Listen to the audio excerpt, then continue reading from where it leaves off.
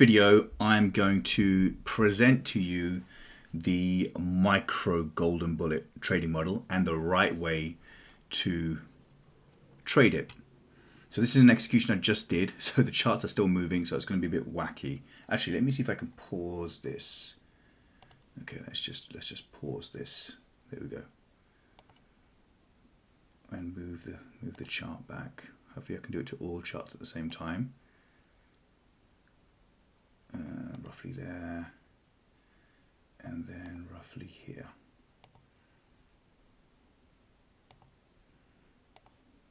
Okay, roughly here. Okay, I'm going to show you the execution, and then I'm going to show you why I took the trade. Okay, because so far, all I've taught is the standard model.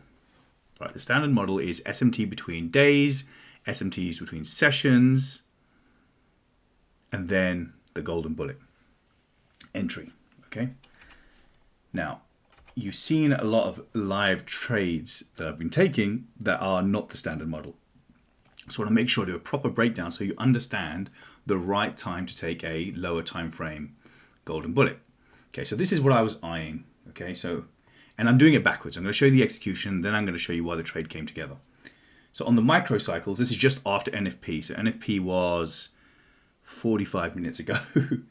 Okay, so we have the micro quarters, right? So we manipulated on crude, gasoline manipulated. So we're looking at the bodies, and what else is this?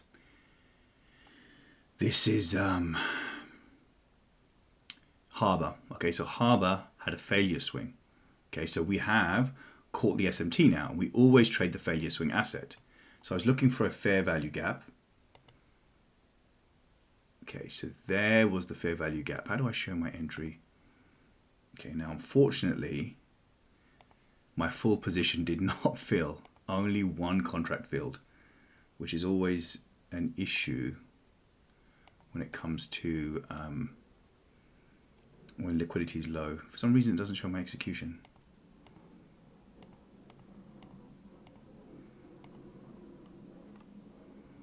Let's see if I can get it up. Okay, I don't know why it's not showing my execution, but you can see it here. So after the failure swing, I was looking for a fair value gap. Okay, so here it is, 15-second fair value gap. Tapped in. Now only one contract filled, unfortunately, and then as soon as it got to the mitigation block, stop loss went to break even, and then it TP'd very easily. Now the great thing was I had enough range. So if you have a look at the M1, okay, I had plenty of range to TP on the trade. Can you see that? There probably was an M1 fair value gap execution also. Okay, but I got my 15-second and I was done and I was out. Now, of course, we don't just execute because we have a quarterly SMT on a certain time frame. Okay, the model is consecutive time frames, consecutive quarters need quarterly SMT. Okay, because I've taught you the standard model, which is SMT between days and SMT between sessions. So this is the 90-minute. Okay, so you see that crude manipulated, gasoline manipulated, and then we had the failure swing on Harbor. So this is again when the bodies, the close, see the highest body. Okay, now this is not enough. If you are executing on the lower time frames, you cannot have any opposing quarterly SMT or any bias against you on the higher time frames. So on the lower time frame, we are bearish. Okay, quarterly SMT bearish, quarterly SMT bearish. This is not enough. Okay, every time frame above it has to also be bearish, or there's no quarterly SMT. Okay, because otherwise what you're doing is you're trying to trade a lower time frame move that's against the higher time frame trend. Okay, you're basically trying to trade a retracement. Okay, this is low probability, right? So look at this is now the session cycles. Manipulated on Harbor, manipulated on gasoline, manipulated, failure swing on the session cycle. Okay, so we're all in sync so far.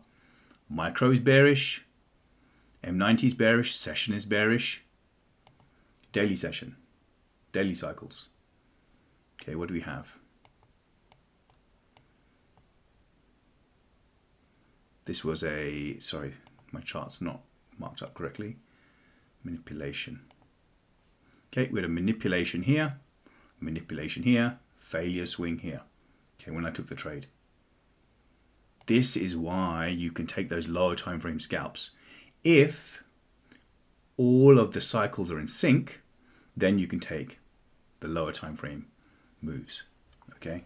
If there was no quarterly SMT on the daily, then I'll be happy. Okay, I would still take it. If we had two-sided manipulation or opposing quarterly SMT, I would not take any trades. So if you look at index futures for today, okay, we have opposing quarterly SMT.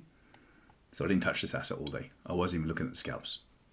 Okay, it's important that if you're looking for a lower time frame move, no higher time frame can have a quarterly SMT that's going away from you. Okay, so if you're trading, let's say you have a golden bullet between the sessions and the M90, so you have a bearish quarterly SMT on the session, and you have the bearish on the M90, the daily cannot be bullish, or the daily cannot be two-sided. Okay, very, very important. Any questions? Feel free to drop it in the Discord, but please master the golden bullet on the higher time frames before you try executing on the 15 seconds. Okay, you don't have long.